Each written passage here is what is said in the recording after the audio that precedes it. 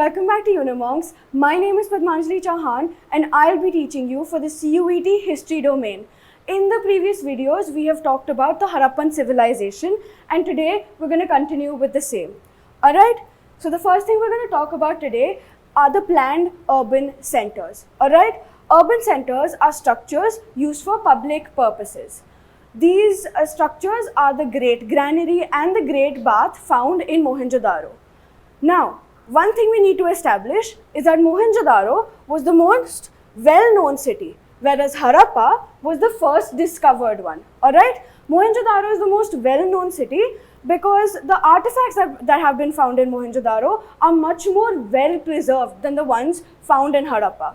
Alright, now the cities had two sections, the Citadel and the lower town. Alright, this image is of the Citadel. Okay, the walls, right, properly built walls. This is a little mound. All of this shows that this structure is the Citadel. Okay, the Citadel was built on a higher sort of platform. Okay, it was physically walled from the lower town. Now this asks many questions. This creates many questions, right? Number one, were there security guards, sort of a military, protecting these walls? And why were the Citadel physically walled from the lower town? Did a king live here?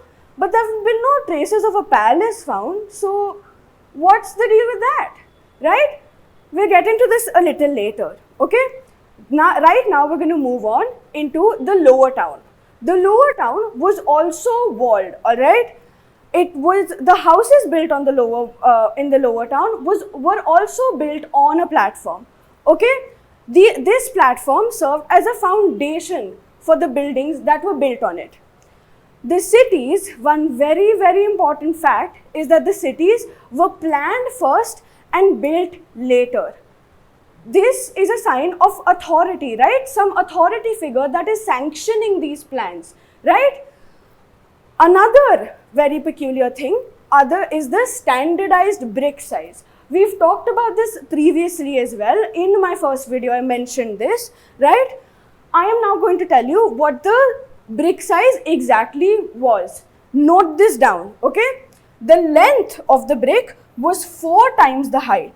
4x means 4 times the height. And the breadth was 2 times the height, alright? Breadth 2 times the height. Okay? Now, the domestic architecture. The lower town mostly had residential buildings, alright? That means the Harappan people lived here. The lower town mostly had residential buildings, alright? That means the Harappans lived here, okay? Now let's talk about the architecture of their houses. There is a courtyard in the center.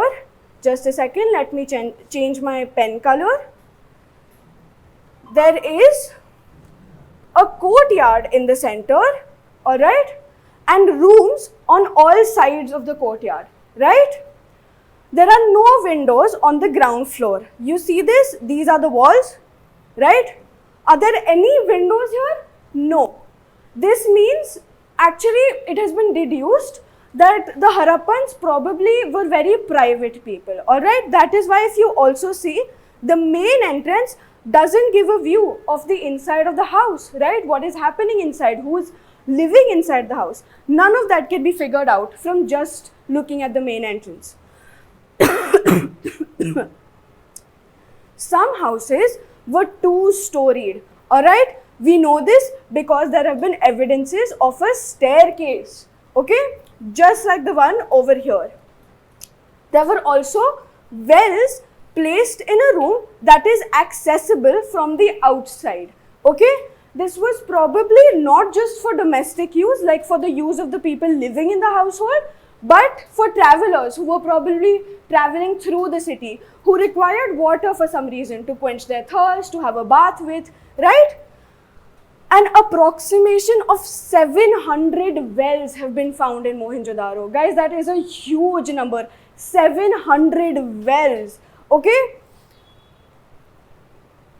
Now, I've talked about drains previously, right? I mentioned that the bathrooms, oh no, sorry, I forgot to mention this, right? So the bathrooms in the domestic household were built with bricks inside, alright? They were sort of made waterproof. And these bathrooms, the drains of these bathrooms were connected to the drains on the main street, alright? This was done so that the domestic waste, whatever water you created, whatever happened, could directly flow into the street drain instead of collecting inside the household, dirtying the space inside, right? Very smart, very forward-thinking people the Harappans were. Now, the laying out of the drains. The drainage system was a planned drainage system. Why do we know this? How do we know this? Number one, because the streets and the roads were laid in a grid pattern, alright? So, this is the main road, alright? And these are streets going into different localities, okay? They all intersected at the right angle, okay? At a 90-degree angle. Now, the houses were built like this, 1, 2, 3, 4, alright? And each house, at least one wall of each house was connected into the street drain. The drains, so for example, this is the main road, right? The drains went right beside the main road, okay? Like this. These drains were covered so that people walking on the road don't fall into them, unlike today. And they were built of a very, very good quality, okay? They were properly made waterproof with a brick and mortar of gypsum, okay? Very well planned out, very well laid drains, okay? This is an image so that you better understand the drainage system, alright? Main road, this is the drain. Right now it's open, right? So that people can figure out that it's an actual drain. This part of the drain was covered, and you see these brick platforms that are sort of raised. So in case these drains flooded, the water doesn't come onto the street, right? Genius planning, no? The next thing we're gonna talk about is the Citadel, alright? The Citadel had two major urban centers, the Great Bath and the Great Granary, alright? The Great Bath is a rectangular tank and it has corridors on all four sides. The next slide has a picture of the Great Bath, so you'll be able to better imagine what the Great Bath looked like, okay? Now, there were two flights of stairs, one on the north side and one on the south side that led into the tank, alright? Again, the Great Bath was made watertight using a mixture of bricks and mortar of gypsum, alright? There were rooms on all three sides of the Great Bath and one room held a large well. So if you think this is the Great Bath, alright, rooms on all three sides and one room here in the corner had a little well in it, okay? The north side had a smaller building with 8 bathrooms, I'm so sorry. The north side had a smaller building with 8 bathrooms in it, alright? The 8 bathrooms with 4 on each side of a corridor, alright? So for example, if this is the north side of the building, it had 8 bathrooms over here, okay? 4 on each side of the corridor, understood? Now, another very peculiar thing about the Great Bath is that it was believed to be a sort of a ritualistic bath, alright? Archaeologists and historians have given it a sort of religious indication to the Great Bath, okay? We don't know whether it's true or not, it's all just assumptions. This, as I told you previously, is the Great Bath, alright? 2 staircases, north and south, leading into the Great Bath, alright? Rooms on all 3 sides, these are rooms, these are rooms, these are rooms. Now you only see these pillars because probably the walls and the roof were made out of an easily decayable material, probably with wood, okay? That is why the roof and the walls no longer exist, but these pillars still do. which indicates that these were rooms, alright? The well you can't see in this picture, but the well is supposed to be on this side, okay? Now, the Great Granary, okay? The Great Granary was probably used to store the surplus amount of produce that was grown in the agricultural fields, okay? A sort of a bank for grains, alright? So, the Great Granary was also called the warehouse, alright? Only its lower brick structures remain, right? Previously, in the Great Bath, I told you, the bricks, the little pillars remain. Similarly, in the granary, only the lower brick structures remain. This is probably because, again, the walls and the roof were made of an easily decayable material like wood. Understood? Now, let's get into craft production. So, Mohenjodaro, which is a Harappan site, a very recently discovered Harappan site, was devoted to craft production, alright? Multiple sorts of beads have been found here, alright? Made of carnelian, jasper, crystal, steatite, alright? Copper, shell. Now, steatite is a very soft stone, okay? Because when I told you Harappan seals made of steatite, the only reason that the steatite could have been carved into was because it's a very soft stone. It doesn't require a lot of strength to get carved, alright? That is why steatite could also be turned into little beads, okay? Another material that we've previously talked about is faience. Faience, I told you, is a very costly material to make, right? Therefore, beads made out of this were probably bought by the richer people of the society, okay? Now, these beads come in various shapes, okay? Discs, cylindrical, spherical, you can see in this picture, right? Now, Nageshwar and Balakot. Go back to the previous video, look at the map. Tell me in the comments down below where Nageshwar, Balakot and Mohenjodaro are, alright? Nageshwar and Balakot was specializing in shell objects, alright? Now, this sort of gives you an indication where they might have been, right? Probably near the sea, because that is where you find seashells, right? So, now tell me exactly where, what current state were Nageshwar and Balakot situated in, alright? Now, the finished products from these craft centers were taken to Harappa and Mohenjodaro, alright? From there, they were sent to other places, probably sent to other civilizations or distributed and sold to people coming and visiting Harappa and Mohenjodaro, alright?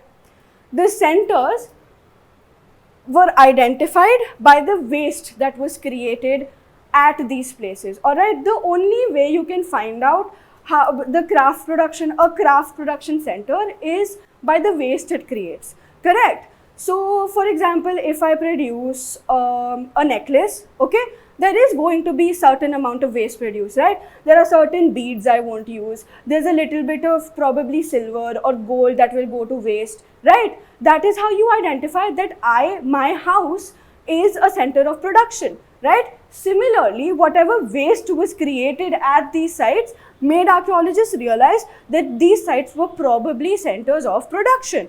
Understood? Now, procuring materials, right? Some materials that have been found at Harappan sites are not originally from like just Harappa and Mohenjodaro, alright? They were brought in from other parts of the country, other parts of the world even, alright? Number one is the mode of transport used to move these products around, okay? Terracotta models of bullock cart, right? We've talked about this previously even when we were talking about about the subsistence strategies and the agricultural strategies. So, let's take for example, if I walk into a kid's toy store today, I will find little models of cars, right? It's because today we use cars for moving around, right, as a mode of transport. Similarly, Similarly, archaeologists have deduced that if you find little toy models of bullock carts, it means that they were an important means of transport in that era, right? Makes sense, right? Okay. Now, riverine routes along the Indus and its tributaries were also used, okay? Lapis lazuli, which is a blue colored stone, it is a beautiful blue colored stone, came from Shortugai, alright? Shortugai, remember, Afghanistan. This is where the canals were found, absolutely correct. Carnelian came from Bharuch. Bharuch is in current Gujarat, sorry. And steatite also came from Gujarat and Rajasthan, alright? Expeditions were sent to Khetri and South India in the search of gold, right? Khetri is in current day Rajasthan, okay? Copper was brought from Oman. How do we know it was brought from Oman? Because Omani copper has traces of nickel in it, alright? Now this copper was very well known in Oman. Traces of this copper have also been found in Harappa, alright? Therefore, we know that Harappans traded copper with Oman, alright, or bought copper from Oman, okay? Another reason for us to believe trade between Oman and Harappa, because of a vessel found in Oman that belonged to the Harappan civilization, alright? This vessel was coated, sort of looked like this, okay, was coated with a black clay, okay, on the inside and on the outside, okay. This black clay coating meant that some sort of liquid was stored in it, because black clay prohibited or stopped the liquid from seeping out, okay. So archaeologists have deduced that the Harappans sent some sort of liquid to Oman in exchange of copper, alright. So a sort of barter system between the two civilizations, okay. Another very important fact is that sea trade happened between Oman, Mesopotamia and Harappa. Why? Oman and Mesopotamia, because again, copper with traces of nickel have been found at Mesopotamia, okay. And there have been seals and inscriptions found in Mesopotamia that refer to a site called Meluha, okay, Meluhha, which archaeologists suggest probably refer to Harappa, alright. The Mesopotamians probably called Harappa Meluha, alright. This is how we know that there was sea trade between Oman, Mesopotamia and Harappa. Okay, that's it for today, guys. Thank you so much for watching this video. For more such videos, subscribe to Unimonks, and if you like the video, leave a comment down below and give this video a thumbs up. Thank you so much. Bye.